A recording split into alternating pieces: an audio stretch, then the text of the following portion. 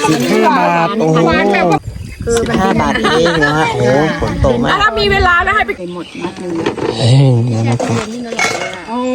ทีนี้หวานได้ใจเลยใช้ได้ดินที่นี่ก็ดีเนาะอุ้ยเมื่อกี้ไปในอ่างอ่ะเคยมาหลายทีได้ยังคะเนี่ย เท้า